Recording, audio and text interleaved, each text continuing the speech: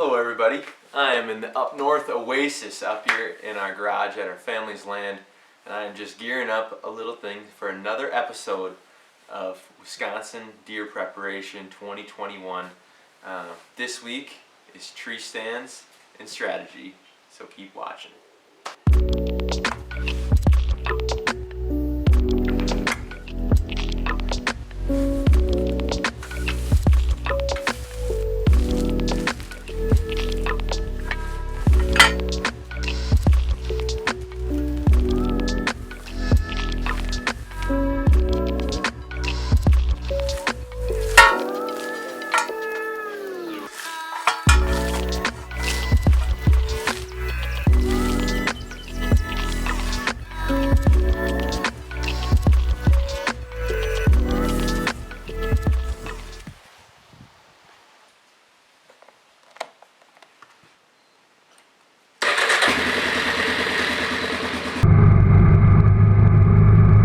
We are in the field, everybody, and today, like I said, we're talking about tree stand placement strategy. So I'm gonna hang one stand today, maybe two, we'll see if we get to it, but my plan is just one now.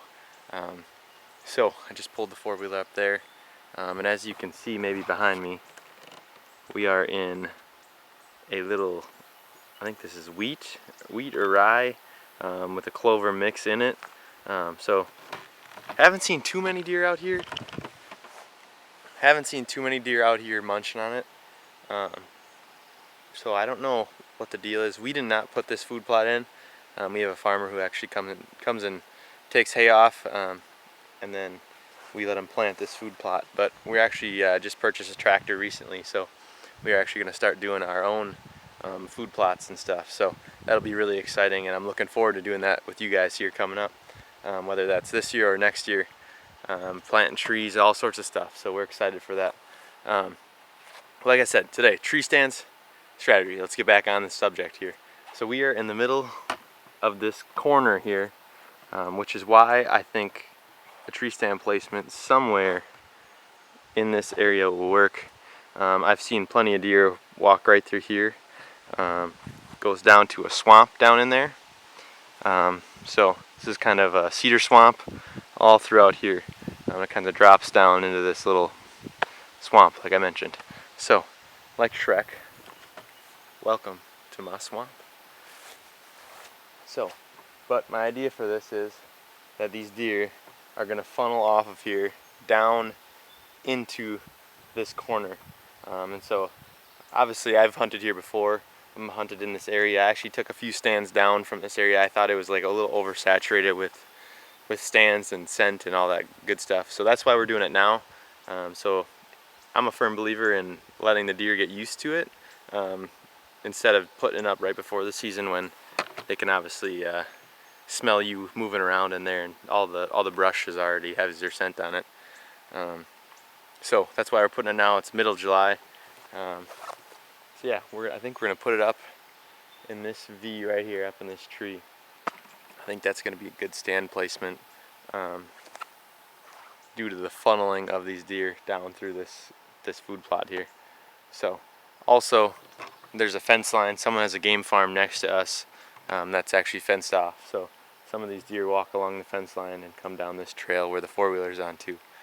So I've had that happen too. I've actually had a couple buck encounters when they come down this trail and come through here.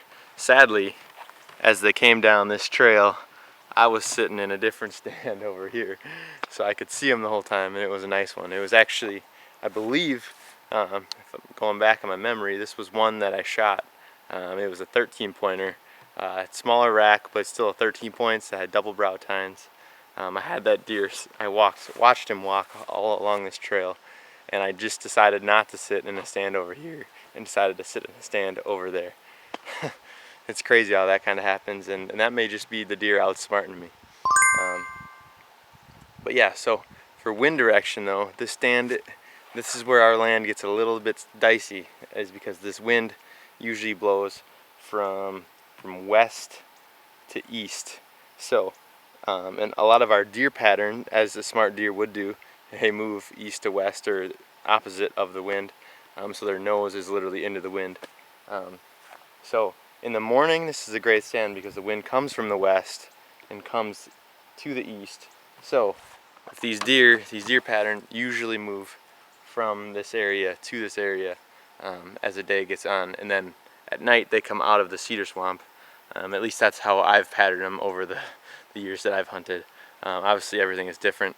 I don't have any wall hangers other than that 13-pointer, but that was a gun hunt, and that was, I don't know, I definitely count it as an awesome kill and an awesome experience, but it's not something that I really believe that it was more of just luck. You know, I didn't really like make it happen, you know.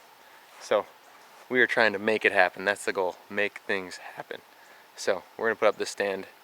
I hope you guys understood a little bit. I hope it wasn't too crazy in your head about the strategy that I'm kind of going into this. So like I talked, this is going to be a morning hunt stand, I believe, due to the wind, because a lot of these deer are actually walking against with the wind, which is good for a hunter. So hopefully you guys understood any little piece of that, and you can see where I'm coming from. But I'm going to start hanging up this tree, put the ladder stand together, and strap it up and see what it looks like up in the stand. So I'm going to tag you along with me. So stay tuned. Let's check out how this stand looks as it gets up.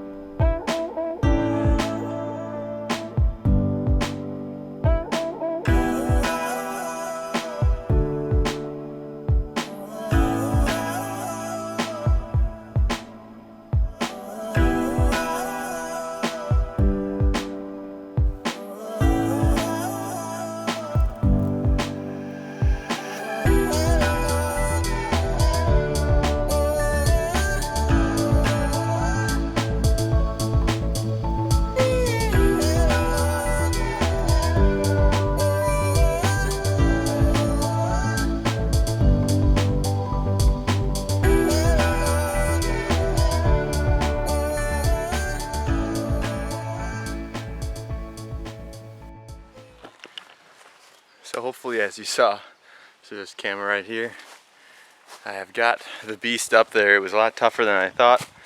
Doing this by yourself, this is like a 50 to 70 pound ladder stand, and you got to hoist it all the way up there. So we got that. We got our thing to connect to the tree there, kind of strapped down good enough for now.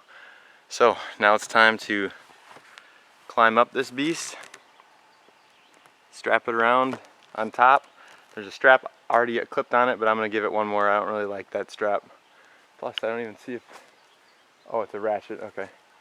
Gotcha. So I'm just going to do that really quick.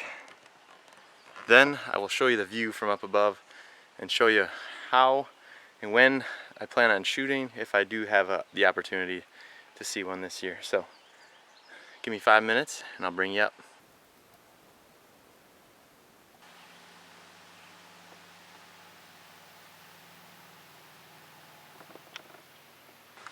So we made it up in the tree. A little more of a hassle than I imagined. Getting it up by myself. Usually I have my dad or my brother with me helping. So we got it up. It wasn't easy. But we're up here. It took about 15 minutes. But now time to show you what I will hopefully be seeing this fall, come September, sometime mid-September. So as I just panned out before, you can kind of see here a nice window of opportunity there. A nice window of opportunity out here in the field. And then right here is where the money happens, I'm gonna guess. This we can see a bunch of the field here. So we had a shot out to 40 yards. I'll probably only shoot out to 35 unless I'm feeling really comfortable at 40. And then always have a backup. So down here behind me, just in case one sneaks under the tree real fast, I have a backup shot. I'd have to shoot around the tree here a little bit, but it is very doable. So as you saw there, those are my big shooting lanes that I have planned. I also have to the right side of me part of the cedar swamp. It is pretty thick with branches, as you can tell. So the odds that I get the shot through there are very slim. But in the course, I mean, in the case that big buck does walk through there in winter and some of these leaves die off, and branches kind of fall, maybe we'll have an opportunity. But we'll see. Mostly I'm looking out to my side here. But at least this gives me time to hear them coming from the right here, if they come this way, which I'm expecting. Have time to get ready, stand up, have a first opportunity there, next opportunity here, third, and then if anything we'll have a fourth behind me. So yeah, so I'm very excited for this deer season. This is just one stand that I'm planning on keeping at the land. Other than that, I am probably going to carry this year a hang-on stand out to La Crosse area and probably hunt public land out there, just while I'm living out there. And I know it's not the most efficient, but that's what even the old timers did back in the day, is they had to carry hang-ons, and that was kind of the deal. I know my brother has a saddle, the tree saddle. I don't know if you've seen those, but Tethered makes a nice one. That's the brand he bought. But they do cost some money, and it's a pretty penny. So although they are super nice, I've sat in it a couple times now, and it is pretty awesome that you can, you know, be able to carry that and climb a tree. All you need is the sticks, and then climb up, and you're in a tree within 15 minutes, not even probably, if you want a little practice, and it's super comfortable. So I believe way better than sitting on a metal grate like I am now. So that is another option, but I think I'm just going to redneck it and just carry the hang-on with me with some sticks, and then yeah, hopefully this year is the year. We've been putting in a lot of effort. I'm going to continue doing these deer prep videos for you guys. I had a few comments that you guys enjoyed them. I know I enjoy making them. I enjoy working at the land. Getting bit by some mosquitoes right now, but I enjoy working up here and just spending some time in the outdoors and sharing it with you guys. So if you like this video, go down below, hit subscribe. This is just another piece to that puzzle I was talking about. Just another little piece, you know. Tree stand maintenance, putting up, getting ready, thinking about it, and thinking about it. If you're not thinking about it, you're not doing it right. You're not preparing the correct way. So, like I said, another puzzle piece solved here. Make sure you go down below, hit the red subscribe button if you aren't already. I appreciate you so much if you are, and if you're not, but make sure you come back, watch the next video, subscribe, like it. Thank you for watching this video, and there'll be more to come, so stay tuned.